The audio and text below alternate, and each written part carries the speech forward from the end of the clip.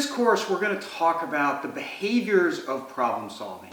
In this first video, it's really about why behaviors are more important than the tools and methods that you use.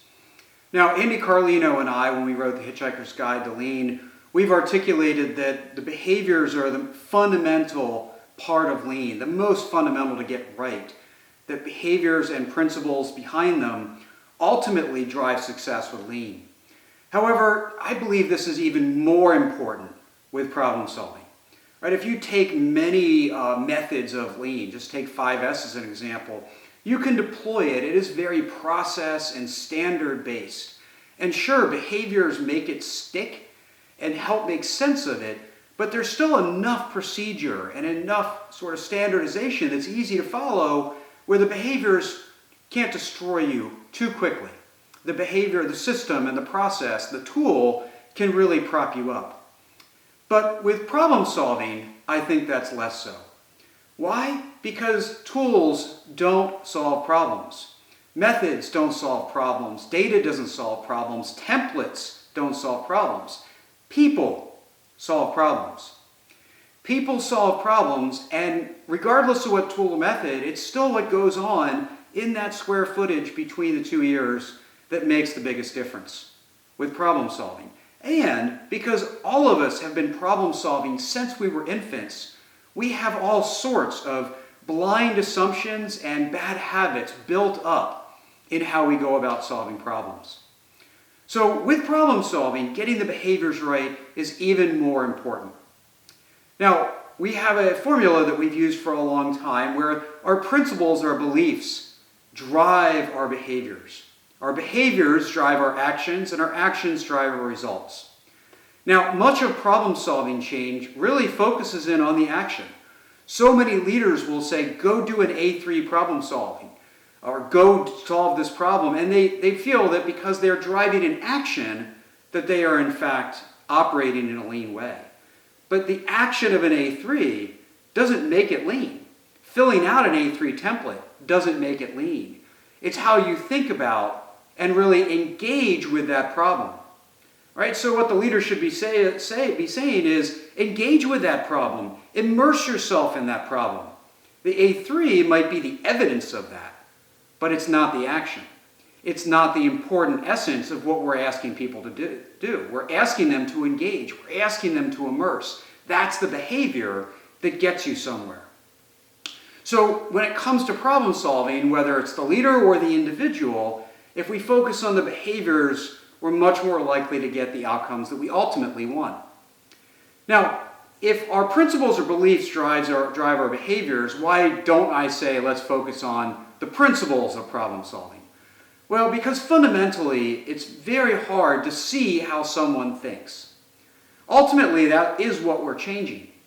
But behaviors are observable. I can see if people are engaged with a problem.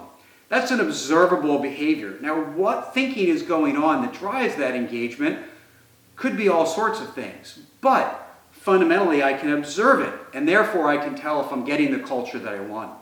And I can role model it.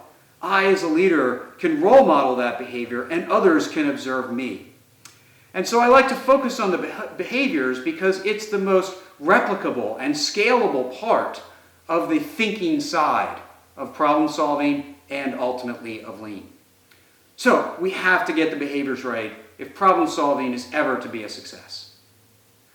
Let's examine some of the failure modes that happen when we put the tools ahead of the behaviors.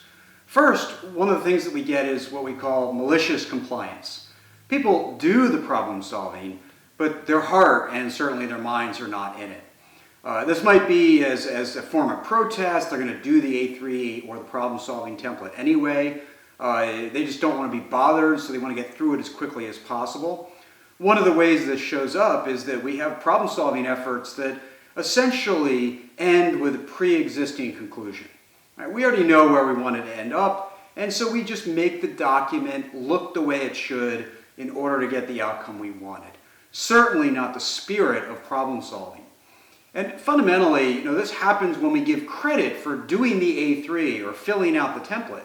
If you give credit for the template versus the behaviors behind it, then you will get people doing whatever they have to get their way as long as they put it on a template.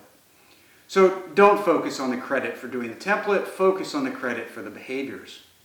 A second failure mode is essentially unthinking problem solving.